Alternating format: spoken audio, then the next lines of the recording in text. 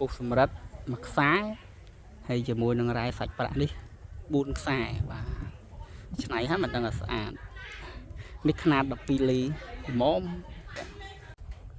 បាទជំរាបសួរបងប្អូនថ្ងៃនេះខ្ញុំនាំអារម្មណ៍បងប្អូនមកទស្សនាជាមួយនឹងប្រភេទរ៉ែផ្លែកនៅកម្ពុជាយើងបាទ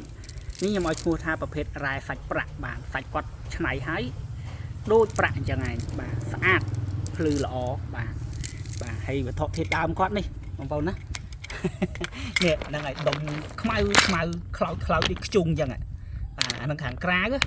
បាទហើយដល់ពេលយើងឆ្នៃមកឃើញទេឃើញស្អាតទេប៉ុន្តែខ្ញុំនឹងដំជូនបងប្អូនមើលតិច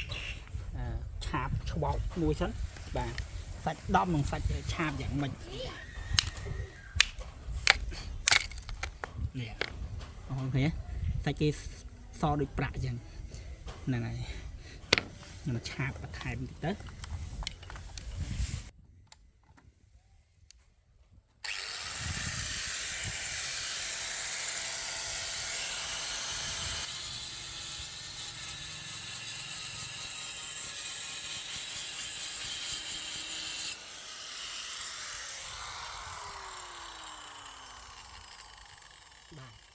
នេះដូចខ្ញុំធ្លាប់បញ្ជាក់អញ្ចឹងយើងធ្លាប់ចូលឡាបូហើយវាមានសារធាតុ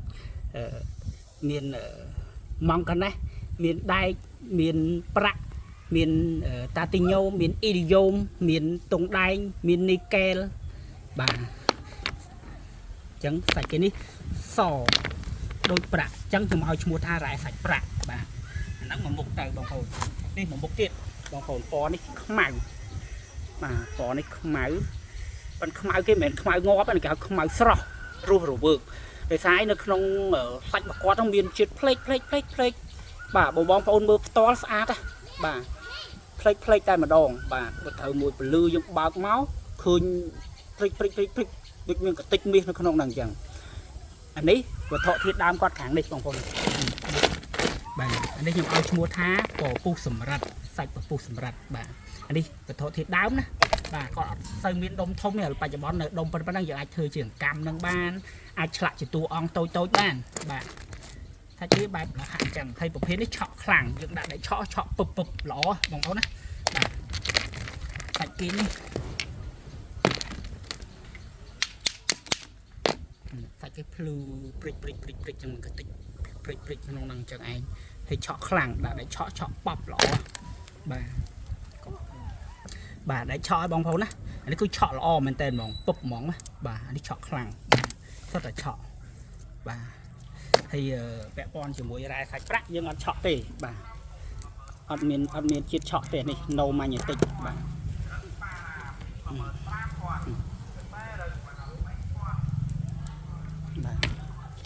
វាអាចមានកន្លែងខ្លះឆក់ដែរដោយសារនេះវាមានជាតិរ៉ែដែកជាប់នៅពីលើអញ្ចឹងណាអញ្ចឹងបើចំសាច់ដែលមានជាតិរ៉ែដែកនៅលើវាមានជាតិឆក់អញ្ចឹងដោយសារក្នុងនោះមានជាតិលីដូចខ្ញុំរៀបរាប់មុនអញ្ចឹងបាទ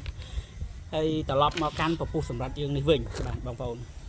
នេះគឺឆក់ល្អណាស់បាទនេះឃើញទេបាទឆក់ល្អបាទតែខ្ញុំឲ្យឈ្មោះគាត់ថាពពុះសម្រាប់ដោយសារពេលដែលយើងចូលឡាបូហើយឃើញថាសារធាតុរ៉ែរបស់គាត់មានច្រើនរហូតដល់20មុខជាងបាទ20មុខជាងមានតិចចម្រុះគ្នាអញ្ចឹងទៅមានជាតិប្រាក់មានជាតិចុយច្រើនណាអញ្ចឹងទៅវាមានសារធាតុច្រើនអញ្ចឹងខ្ញុំឲ្យឈ្មោះថាពពុះសម្រាប់តែម្ដងទៅសម្រាប់អ្នកមានជំនឿធ្វើបែបចង់បញ្ចុះអធិនមុនអាគមដាស់កម្មវិធីអីណានៃអីឆ្លាក់តួអង្គអីគឺល្អខាងផ្នែក